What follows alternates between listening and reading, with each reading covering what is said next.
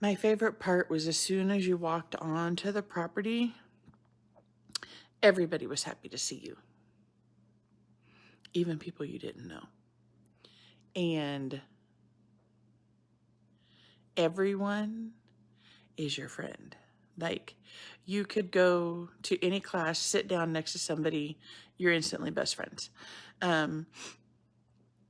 You go into the cafeteria, you don't see anybody you know, you sit down next to someone or across from someone, and you're instantly best friends. So I think walking onto the property, you feel like you're walking into a bubble. Everyone there is like-minded and wanting the best for themselves and wanting the best for everyone they come in contact with. The staff, the workers, the facilitators, the campers, everyone is entering a space together wanting the best for the other people in the space. So if you walk in and you feel nervous or anxious or like you won't fit in or like something you say is going to be wrong, just sitting in that space and listening to the conversations happening around you, you realize you're in the right space. I'm not sure what I was expecting. I went thinking I'm going to learn so much. And taking it all in and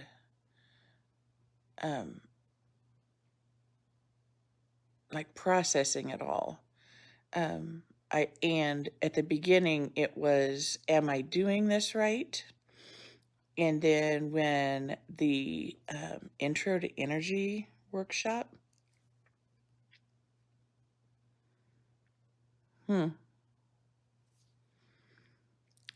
that was amazing. And afterwards I was like, why didn't I record that meditation we did? Because it was literally the best meditation I had ever done, and kind of got out of my own head and my own way. And it was amazing. And there was quite a few other bees in there. And it was fantastic. Fantastic. So I'm really hoping that she comes back and does that class again, because I would like to shake off the newness and the unknowing of how Anahata was going to blow my dick off. And like get out of my own way. I think that's what this last year has been, is I'd wanted to go to Anahata for years because I'd heard it from Witch Bitch and then from Kim, of course. And there was like 2 years that went by and I'm like, one day I'm gonna go do this thing. And then the second year, I didn't get my ticket, and I told myself, like, as soon as I knew it was happening, I was like, the first day they go on sale, I am buying my ticket. And I did last year. First day it went on sale, bought my ticket. And again this year, bought the ticket. And I think just the amazing, I'm going to be much more relaxed and comfortable because I've already done it. And I'm old, so I'm 50. And getting out of my own way and getting out of my own head has been a new thing this year, so I'm very excited. Okay, so coming home, we had a road trip. So my daughter and I and my friend Liz drove from Pennsylvania back to Arkansas. So we did have decompression time, and that was nice. Also, when you're in that reality bubble of opportunity, possibility, coming back with surrounding yourself with people that didn't take that journey and don't have the same outlook as you have for like those 5 days.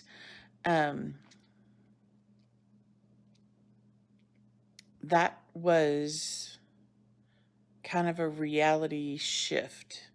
But the beautiful thing is all the actual things you bring home, your journal, your notes, your trinkets from the classes. I'm looking at one right now, my witch's ladder. That keeps you there. Also, this group, this amazing group of people, you get a little taste of Anahatas every time you're in the group. That helps keep the feeling alive, the passion alive, the list of things that you realized you needed to work on, that keeps that momentum going.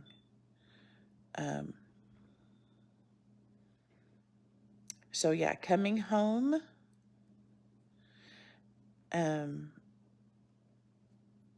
if you had things that you needed to work out, it was definitely not like a 2x4, but it was a shit or get off the pot. Like you went, you had this experience, you saw what you needed to work on. And when you get home, it's like, well, we had this space and we talked about it, remember? And so now it's time to work on it. But you have this great community that I wanted. I didn't know how much I needed until after we went and got back. Yeah. I was thinking about it, and I think it fed me in so many different ways. So I was trying to think about my favorite moment. I was trying to think of one, but there's different things for different reasons. And so I would say that my favorite, I feel like, time that we spent together would have been,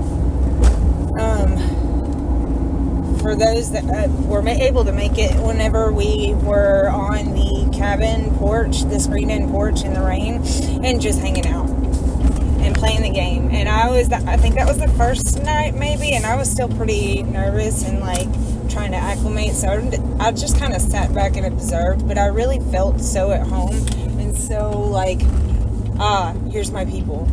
And then magical moment, I would say, so there was a place at Anahata's that I felt like was very, like, it just called to me so much, and that would have been, actually let me get over here, up by the nature center in the woods, where Casey's class was, like right outside there, near that outside seating area. I think it was before Casey's first class. I don't know, I had some kind of an experience kind of thing where it was, I can only compare it to just a really, really intense moment of, like, there are no words. Like, I actually physically had to put my hands out to my sides, just hold my hands out and just close my eyes and just feel the air. I don't know, it was so weird. But that would have been one of my favorite moments. And then a favorite, like, learning thing, like, what I went to Anahata looking for as far as, like, healing goes, it's really funny because it just so happened to be a class that I couldn't even finish. So, I think I went to the last offering of the Reparenting the Inner Child class, I think, and I couldn't finish it. I couldn't do the hands-on exercise, the touchy-feely stuff. I just really couldn't. But that class, like, it hit me so hard that I had to get up and leave because, like, I was in no way prepared for what that did to me. Thinking about all the ways that, like, your parents were people too. They were kids that didn't have their needs met, and what would you say to them, and what is it that you need from them, and then realizing that, like, no parent can ever fully meet every single need that a kid has. It made something click inside of my head and my heart at the same time that really helped me from both ends of that, from being the child that felt like their needs weren't met to also being the parent who feels an extreme sense of guilt for all of the needs that they haven't felt like they've been able to meet. So it was just really deeply experiential.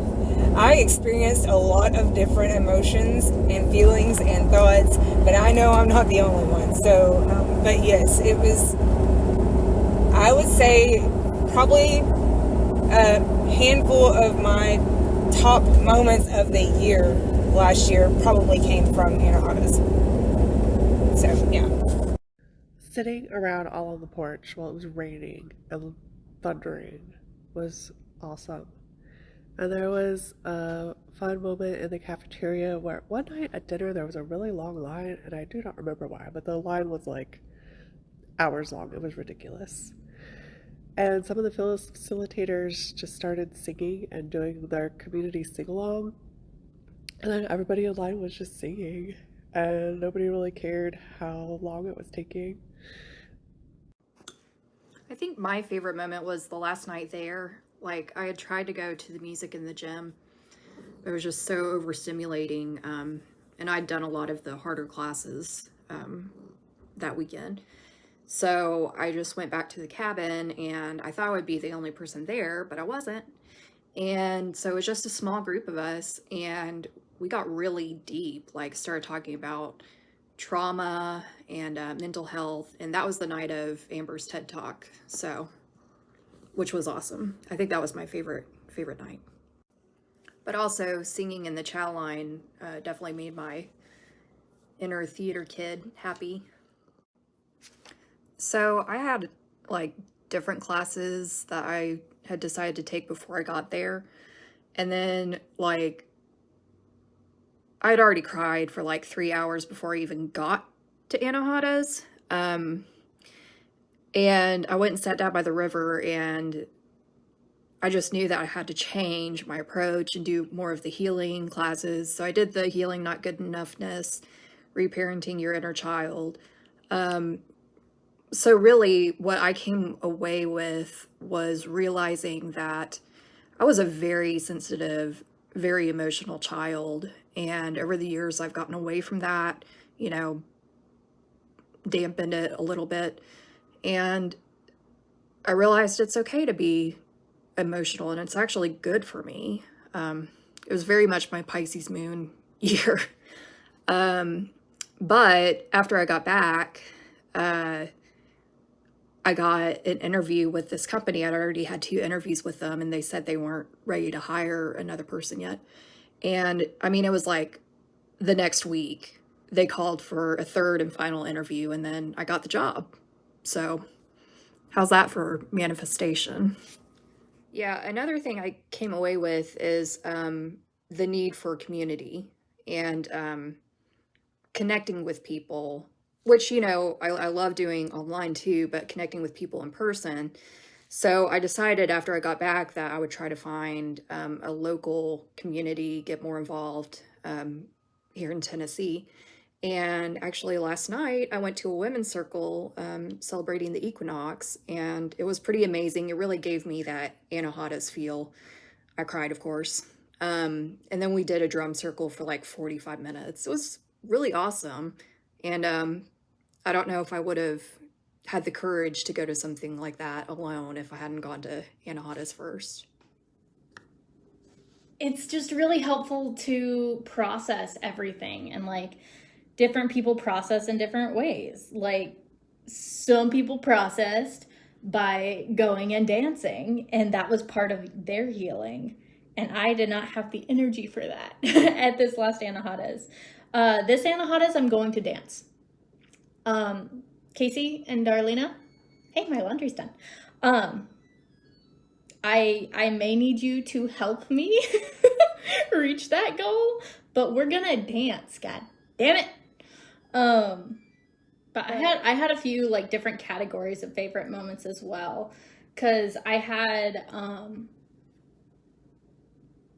was having a really rough time just energy wise. So one of my favorite things was I woke up just too early one day and I had brought my little coffee thing, and so I made myself some coffee and I went down to the river because I was like, I need to shift my perspective, because right now I am just grumpy and miserable and angry at the fucking world, and I can't have this be my day. That's just not allowed to be my day. Not at Anahata's. I refuse. And so like I went down to the river and I was already feeling better just from like walking down the hill and like making it along that path and seeing the sun through the trees. And then I got down to the river and sat down and was sitting down for maybe 2 minutes. Like I was closing my eyes, trying to do like a little bit of a meditation. And I was like, this is going to be great. This is going to be nice. And then somebody came up to me and was like, hey, excuse me, are you good at lighting fires? Which, little pyro baby here. Yes, I am good at lighting fires. Thank you for asking. And so I was like, yeah. And she's like, well, I'm running the sauna and I have to get it started, and I can't get a fire lit in the thing. All the sticks are wet. And so I was like, okay, let me come. I can absolutely come help. So I was just down there, and I was also starting to struggle lighting this fire because I didn't know how the little chimney thing worked. But the whole time she was just sitting there and kind of like rocking and singing a fire song. And it was so beautiful. It was so beautiful. And just a thing that should have been so frustrating. And then just having somebody come up and ask for help. And like, even just that is a really important reminder for me that it's okay to ask for help. Yeah, having that moment was really beautiful. And then finishing lighting that fire for her and like going about our days, and she like saw me another time, was like, hey, which was really cool. And then a class one was, that meditation for the Crystal's Intro to Energy class was phenomenal. And like, she started out like, she was like, all right, we're gonna get into meditation, get yourself comfortable. And I had kind of like curled up, and she was like, no, not allowed, straighten yourself out. And like, just being like told like that, like, nah, that's not how we're doing this, like snapped me into tears. And then it took me a minute to get into that meditation. And I don't know if y'all remember this, but she at the end of the meditation was like, yeah, at some point I just had to come around and like knock some sense into some of y'all. And she did that with me. She definitely told Janie and I about that. And like, I could feel the moment she did that, and things clicked, and all of a sudden I was there, and I went into the deep meditation. And it was the same thing with like, part of why I wanted to do her Akashic Records class was also for like understanding her process of meditation, because that was very cool. Yeah, both of those classes were just like mind-blowing for me. And a huge thing that I got from last year's Anahata's was the like, yes, this is real and you are actually doing it. And like, this is actually a thing. You haven't been faking it. Like, this is legit. Which that is hard for me to hold on to a lot of times. But yeah, that. I'm gonna go put my laundry in the dryer now. For me, I had a bigger change getting home from the first year I went to Anahata's. And the biggest change I'd say in like my daily life is just taking things at a slower pace, and trying not to just like rush through life. Also,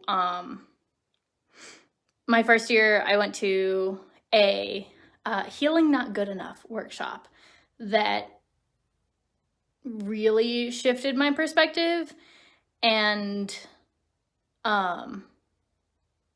it's still something that I constantly work on, but just having in the back of my mind that class and knowing that I'm worth it. I'm worth pursuing my dreams. I'm worth not stressing about everything all the time. Like, just, I am worth it. Ooh, and the biggest life change for me was having the community and support and like agreement that I should buy the kiln that I had the opportunity to buy, so that I could start this life. Hands down, my favorite experience of the whole thing was a guided meditation by the river, by the Wanted Depths. I can't remember what it was called now. But it was the best journey I have been on. I mean, from the time the drums started, I was flying across a pier and onto a ship, and I was on the bow of a ship, like flying out into the ocean, jumping into the water and meeting the sea. Again, there was no one there, but it was the best. This is my own personal struggle, is every time I go to find a guide, they don't want to show themselves. And I went there with that in mind, thinking that's what was going to happen. So I'm not surprised I did not see one. But that was the best experience I'd had because it was so vivid and so fast. And I was like, okay, I just imagined all that and let my ego get in the way. And then I had Kat, who's not coming this year, Janie, and Casey next to me. And Kat and Janie, I believe, shared their experiences, and I felt very validated with the fact that they were all of a sudden just launched into it as well. And at the end, they passed around a bag, and you had to randomly grab a seashell, and then you were going to drop it into the river and let go of something that no longer served you. And so the four of us went first, and we stood on this floating dock side by side, each holding on to each other, like letting go of things that didn't serve us. And it was such a beautiful moment. I was so energized by like physically being connected by friends that I had been talking to for so long, for doing readings for, that I wasn't sure of like the connection. Again, validation through my readings. And here I could feel it all in a moment that I jumped into the river and swam around with all my clothes on. And it wasn't until I pulled myself out with my big beefy biceps up this ramp and was standing up to shake myself off that I remember my cell phone was in my pocket. And all was well. It was great. Cell phone was fine. I was cleansed, I was pure, I was energized, and I was ready to like rekindle my relationship again with water, which is something I actually had done in February of that year, last year.